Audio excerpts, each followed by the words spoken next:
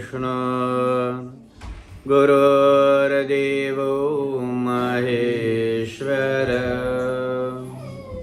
गुरुर्साक्षात् परं ब्रह्म तस्मै श्री गुरवे नमः।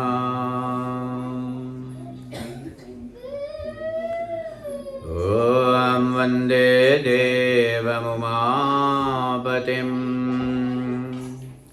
सद्गुरुं वन्दे जगत्कारणं वन्दे पन्नगभूषणं मृगधरं वन्दे पशूनां पतिम् वन्दे सूर्यशशाङ्कवहनिनयनं वन्दे मुकुन्दप्रियं वन्दे भक्तजनाश्रयं च वरदं शिवं शङ्करम्। ॐ नमः शिवाय ॐ नमः शिवाय ॐ नमः शिवाय। ॐ विश्वानि देव सवितर्दुरितानि परासुव यद्भद्रं तन्नयासुव। ॐ शान्तिः शान्तिः शान्तिः। ॐ हर हर महादेव। पंडित जी, जैसे आपने कहा कि सबके अंदर भक्ति योग, ज्ञान योग और कर्म योग होता है, तो जैसे किसी को भी ये पता कैसे चले कि किसकी प्रधानता है? अच्छा, प्रश्न ये है कि जैसे मैंने बताया हर एक के अंदर कर्म, ज्ञान और भक्ति योग हैं। कैसे पता चले कि प्रधानता कहाँ किसके है? सो ये आपको खुद ढूंढ। मैंने एक उदाहरण दिया था ना, वो बर्फ वाली, पता नहीं आप डच बोलते हैं? अच्छा, तो आपने समझा ही नहीं। वो आपने 3 चीजें जो बताई डिटेल में। हाँ, मैंने एक थोड़ी सी एक उदाहरण दिया था कि जैसे यहाँ पर विंटर के समय में यहाँ बाहर जो नदियाँ हैं ये बर्फीली हो जाती है, लोग इस पे आइस स्केटिंग करते हैं। तो उसका उदाहरण मैंने दिया था। अगर ज्ञान योगी होगा तो ज्ञान योगी ये ढूंढेगा कि कितने दिन माइनस पर हो करके बर्फ इतनी मोटा हो जाएगा कि मैं आराम से उस पर स्केटिंग कर सकूं। वो ज्ञान के दृष्टि से जाएगा, डाटा कलेक्ट करके 10 दिन हो गया है, अब तो स्केटिंग एकदम सेफ है। सो अब वो जाता है, डेटा कलेक्शन के बाद अपना नतीजा निकाल करके वो चलता है। कर्मयोगी वो वहां पर जाएगा जहां बर्फ है, वो बगल में बैठ जाएगा और अपने पैर से उस पे थपेगा। देखते हैं कितना मजबूत है ये। अगर मजबूत है तब खड़ा होगा, कोशिश करने के बाद। ये कर्म योग है। भक्ति योग प्रभु से प्रार्थना, प्रभु मैं जा रहा हूं, आप ही देख लीजिए, और वो कूद जाता है। सो ये आपके अंदर ढूंढना है कि आप किस तरीके से आप काम करते हैं, और ये याद रखना है तीनों आपके अंदर है। सो ज्ञान भी है, भक्ति भी है, कर्म भी है, लेकिन प्रधान कौन है? आपका जो मूल है, आप कैसे चलते हैं? आप पहले डेटा कलेक्ट करते हैं, इंफॉर्मेशन कलेक्ट करने के बाद आप चलते हैं, या आप कोशिश करते हैं? ठीक है, या तो फिर परमात्मा के हाथ में छोड़ दो, जो हो सो हो। ये 3 चीजें आपके अंदर है। सो कैसे इसको जाने? बस स्वाध्याय जिसको हम कहते हैं, अपने आप को पढ़ना है, अपने अंदर जाना है और ये एनालाइज करना है कि जब मैं कुछ करता हूं तो कैसे करता हूं। ठीक है, तब पता चलेगा। ये किसी और आपको देखकर नहीं बता सकता है, क्योंकि हमारे यहाँ बहुत सारे गुरुदेव हैं जो आपको बता रहा कि देखो भाई ये ठीक नहीं है, तुम भक्ति योग चलो, या भक्ति योग नहीं ज्ञान योग चलो। ये वो अपना योग जो है दूसरों के ऊपर थोपता है। और ये ठीक नहीं है मेरे दृष्टि से। और गीता में भी साफ साफ अर्जुन जब भगवान से बोलता है कि प्रभु आपने इतना सांख्य योग बताया है और आप ये का नहीं अर्जुन, ठीक से समझो, दोनों रास्ता तुम्हें एक ही जगह ले जाने वाला है, बस कौन सा कब चलना है ये तुम्हें निर्धारित करना है। ठीक, सो ये आपके ऊपर है कि अपने को पढ़ो और देखो कि आप कैसे चलते हो। Okay, Andere vragen, misschien van de jongeren ook. Vanuit het Nederlands iets een vraag wil stellen. Ja, mag ook in het Nederlands natuurlijk. Ik heb vandaag jammer genoeg niet alles kunnen vertalen naar het Nederlands. Maar als jullie een vraag hebben, ook in het Nederlands, dan ga ik proberen om die te beantwoorden. Ik zeg nooit ik kan alle vragen beantwoorden, maar ik kan het wel opzoeken.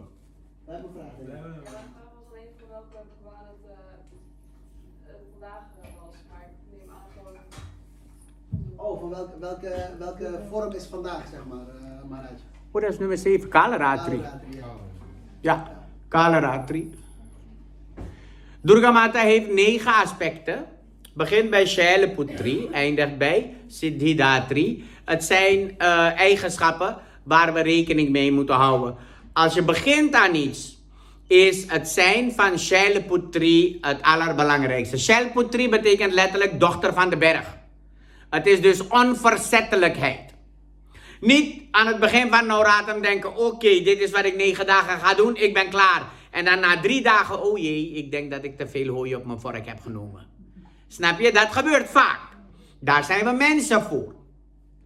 Shailaputri betekent, als je eenmaal je sankalp hebt gedaan, zet dan alles op alles om daar niet meer van af te wijken. Dus denk van tevoren na, hoeveel kracht heb ik? Kan ik dit doen? Ja of nee?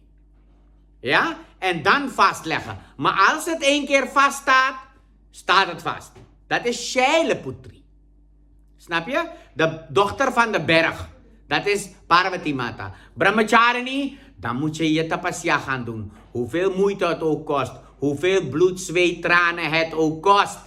Doe wat je hebt gezegd dat je gaat doen. Snap je?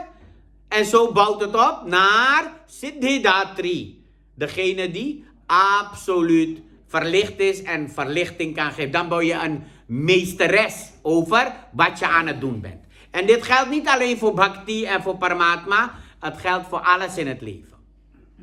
Het zijn deze stappen die je moet nemen om uiteindelijk gewoon de materie meester te worden. Ja? Dat is Nauratra. En ik heb het dan in mijn geval gehad over Durga Mata en wat haar verschijning betekent. Maak daar gebruik van in je leven. Je zult obstakels tegenkomen. En dat geeft niet. Je moet die obstakels nemen.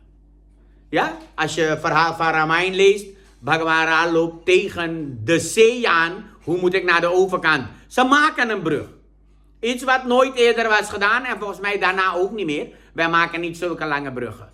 Maar overwin je obstakels. Daar gaat het om. En Kalaratri, ja, er zullen ook elementen zijn die jou gewoon tegenwerken. Niet alleen obstakels waar je overheen moet, maar elementen die jou tegenwerken. En die zullen je moeten gaan overwinnen. Mensen die zeggen, wat moet je naar een mandir? Kom, laten we ergens anders gaan. Je bent al 3 dagen geweest, vandaag kan je toch met ons mee? Wij gaan naar de McDonald's, ga met ons mee. Nou, het gebeurt. Ja. Je bent 8 dagen naar de mandir geweest, vandaag kun je toch wat anders doen. En dat zijn obstakels die op jouw weg komen, die een negatief karakter hebben. Kalaratri is duisternis. Maar dat soort dingen moet je dus allemaal doorheen voordat je aan verlichting toekomt. Ja, het is niet je neemt iets voor en alles gaat van een leien dakje. Nee, je moet strijden. Ja? Oké. Zijn er andere vragen? Ja. Waarom zou men eigenlijk een eigen istedeel nodig hebben? Want alle goden zijn toch eigenlijk hetzelfde en geven je toch dezelfde krachten of hulp die je nodig hebt? Ja, Ishte betekent er is 1 God die jou het meest aantrekt. die het meest jouw emotie aanspreekt. En als je bij die zit, heb je meer gevoel dan bij een ander. Dat is eerste. Garbha Gita is een Gita van Bhagavan Sri Krishna die vertelt over onze tijd in de buik van onze moeder. In die Garbha Gita zegt Bhagavan Sri Krishna, jouw eerst is vanaf het moment van jouw conceptie bij jou in de buik van je moeder. En daar heb je de meeste binding mee. Als je die vindt in je leven, dan is dat jouw portaal naar spiritualiteit. Eerste is een persoonlijke binding met God. Dat Paramatma, Brahma, Vishnu, Mahesh de schepper is, de onderhouder is of de vernietiger is een relatie naar de schepping. Snap je? Naar deze hele universum. Maar jouw persoonlijke binding met God, waar hij jouw vader is, jouw moeder is, jouw broer is, jouw vriend, vriendin is, waar hij jouw rijkdom is, waar hij al jouw kennis is. Die persoonlijke binding is één vorm van God die jou het meest aantrekt en die noemen we Ishta. Hanumanji doet geen seva voor alle goden. Hij doet seva voor Ram. Snap je? En in die binding groei je spiritueel het meest, omdat al je moeite, al je liefde getunneld is op één plaats. Ja? Het is net of je 5 emmers hebt. Je stopt een bekertje water in 1, bekertje water in 2, 3, 4, 5, dan weer 1, 2, 3. Als je 1 emmer hebt, is die sneller vol. Die ene emmer is je Ishtadeel. De Isht van Bhagavan Shri Ram is Bhagavan Shankar. De Isht van Bhagavan Shankar, Bhagavan Shri Ram. Bala Shri Ram. Ramalala, zegt hij. En daarom zegt hij de hele tijd Ram, Ram, Ram, Ram, Ram. Dus je hoeft niet alle goden de naam van te nemen. Als je je Isht hebt gevonden, is die naam genoeg. In je Isht zit al die andere vormen ook. Het is dus een persoonlijke binding met Paramatma die veel sterker in jou een ontwikkeling teweeg brengt. Omdat het jouw emoties veel meer ontgint. Maar als je de liefde en de aantrekkingskracht voelt naar 2 goden extra, Dan moet je dat doen. Je moet alles doen. dwaal je dan niet af? Hè? Dwaal je dan niet af? Nee, als je volgens je gevoel gaat, je dwaalt niet af. God is God. In welke vorm dan ook.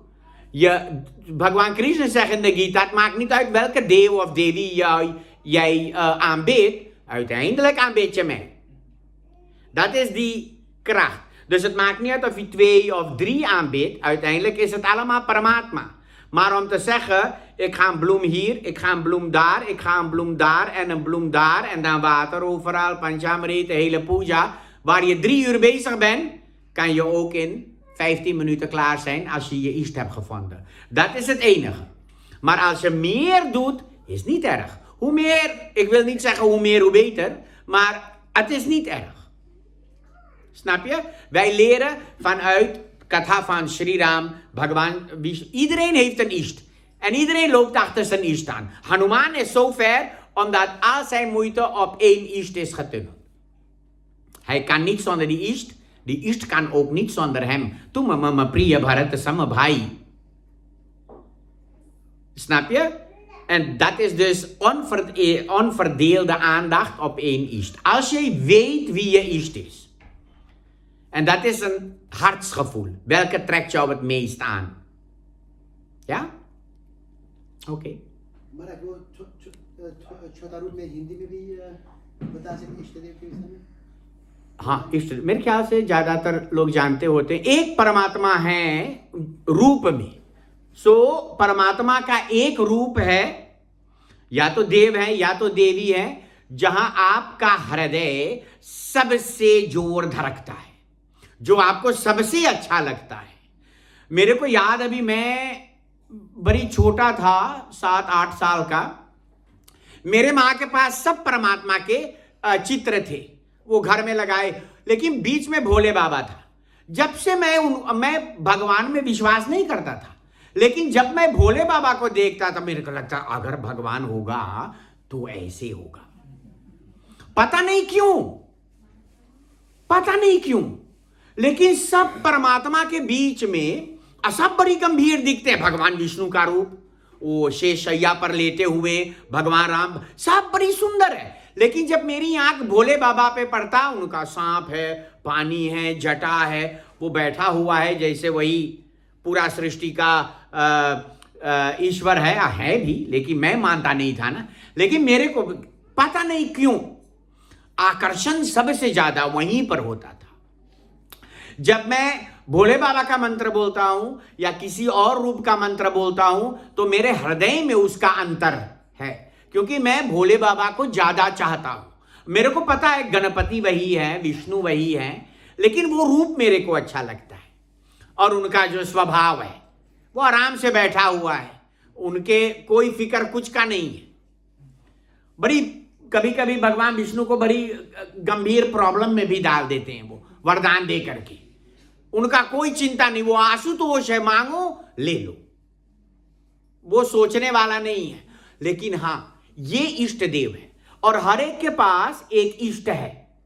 जिस क्षण से आप अपने सत्ता में आते हो, अपनी मां के गर्भ में, उसी क्षण से आपके इष्ट देव वहां पर है। और आप बात भी करते हैं, आप वचन भी देते हैं कि प्रभु अब की बार तो मेरे को यहां से बाहर निकालो, मैं आपके नाम रटते रटते ही प्राण छोड़ूंगा, ये वादा है मेरा। हम ये वादा करके आते हैं, अब की बार तो यहां से मेरे को धरती पर करो, अब की बार ना तो आपके पहुंचा, ना तो आपके नाम छोड़ूंगा मैं। जैसे यहां हम आते हैं, धीरे धीरे सब छूट जाता है। क्या करें, माया ऐसी है। लेकिन ये इष्ट देव है जो आपके होने के साथ साथ एकदम पितृलोक तक, मृत्यु के बाद वो आपको लेकर जाएगा। ये इष्ट है, और इसका बंधन बड़ी अलग है, इसका प्रेम बड़ी अलग है। आप इसको पहचान सकते हो किसी भी रूप का, आपका इष्ट जहां आपका हृदय में, आपकी हृदय में भावना ज्यादा हो, समझो वही इष्ट है। क्योंकि इष्ट का आकर्षण दूसरों से ज्यादा होता है। भगवान हनुमान जी वो किसके पीछे दौड़ रहे हैं? भगवान श्री राम के पीछे। शिव के पीछे क्यों नहीं? विष्णु के पीछे क्यों नहीं? उसको मथुरा बुलाया गया, वो गए मथुरा, भगवान कृष्ण की मूर्ति को देखा, प्रणाम किया, लेकिन फिर भी उनके मन में, मैं जानता हूं आप ही हैं प्रभु, लेकिन मेरा वो रूप मुझे और पसंद है। वो घूमकर जा रहे थे तो तुलसीदास ने सुना कि अरे पत्थर घिसक रहा है, क्या हो रहा है। जब वो घूमकर देखा तो भगवान कृष्ण की मूर्ति भगवान राम की मूर्ति बन गई थी। ये तुलसीदास उनका इष्ट है, कृष्ण वही है, परंतु वो रूप राम वाला उनको चाहिए था, उनसे प्रेम ज्यादा था। अब मूर्ति बदल गई। ये इष्ट का प्रतिक्रिया है भक्त के ऊपर, रिएक्सिफाई ये इष्ट। सो ये इष्ट है जहां आपका दिल सबसे ज्यादा लगे, एक होगा, सब में एक होगा, बस ढूंढना है उसको और अपने दिल को सुनना है कि दिल कहां पर ज्यादा लग रहा है। सो ये इष्ट है। अच्छा, और Laatste vraag. हाँ, हम क्या को फ्राक हैगा जब हम मंत्र बोलिला और बेनती करेला फाकर अब तो हो जा है कि ध्यान जो है वो भटक जाता है, दूसर चीज सबके ध्यान भटके हैं। हाँ, ऐसे ना खाली तो नहीं ध्यान भटके है, सबके ध्यान भटके। हमू बैठी कभी कभी चिंता आए जा मूरी में कि अरे ये हो गई, वो ये गई, खास बुतैली, दरवाजा बंद कर ली, ये कर ली, वो कर ली, होवे नहीं होवे तो तू मांगे भगवान के ध्यान करे, ध्यान कहीं अंते भाग जाए। और बस हम लोग के मन वैसे बनल है, मन बनल बाहर भागे के, मन न बनल इस समय यहाँ पे बैठे के। वो आता है सोची कभी मान पिछले साल हुआ गई इतना मोई लगत रहा, या ओकर फेस कितना खसैलक रहा, अगले हफ्ता नौता है मोई रही कि न। मन आज अभी न रही, उजाई या तो आगे या तो पीछे। हम लोग के चाहिए ओके धीरे धीरे रोके के, जहां ओके चाहिए रोके के। हम लोग के ओपनिंग है, ट्रेनिंग, साधना। मन बना हुआ है बाह्यमुखी, वो अब और यहां नहीं बैठता। जहां आप हैं, जिस समय में आप हैं, वहां मन नहीं बैठेगा। मन या तो आगे भागेगा समय में, अच्छा अगले हफ्ता मेरा हॉलीडे है, मैं भारत जा रहा हूं, कैसे होगा, मौसम बहुत ज्यादा गर्मी है, ठंड है, क्या बात है। या तो फिर या तो मैं यहाँ बैठकर मंत्र जाप कर रहा हूँ और पिछले हफ्ता मेरा इसका जन्मदिन था, कितना बढ़िया था, कितना अच्छा पार्टी था। वो यहाँ नहीं है, वो या तो भूतकाल में है या तो भविष्य काल में है. Hij zit of in de toekomst of in de verleden. En ook niet nooit waar jij bent. Ubhagi. जहां तू न हिले हुआ भगी. And that is on. ये हमारी साधन है कि उस मन को हमें अपनी जगह पर लगाना है. सो जब आप बैठ के नाम जाप में हो या भगवान के मंत्र के नाम, ओम नमः शिवाय, ओम नमः शिवाय, जहां पता चले अरे मन तो कहीं और लगा हुआ है, उसको लाओ वापस.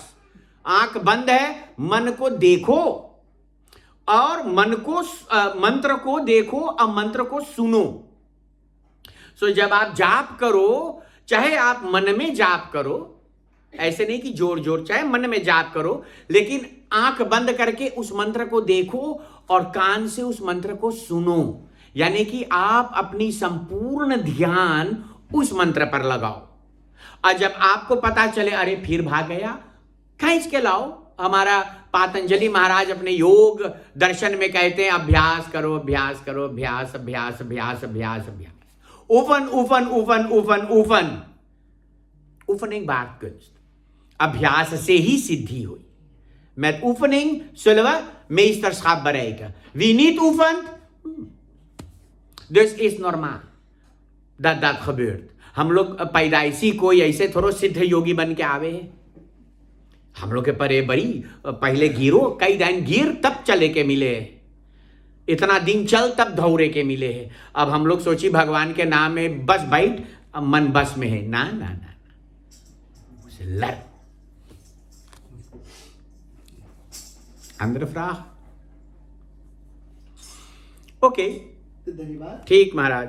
बहुत बहुत धन्यवाद आपका उत्तर के लिए और प्रश्न के लिए. भक्तों को भी आप सभी स्थान से खड़े हो जाए, हम आरती को जाए.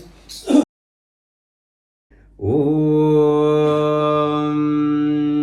पूर्णमदः पूर्णमिदं पूर्णात् पूर्णमुदच्यते पूर्णस्य पूर्णमादाय पूर्णमेवावशिष्यते. ओम शान्तिः शान्तिः शान्तिः. ओम हर हर महादेव.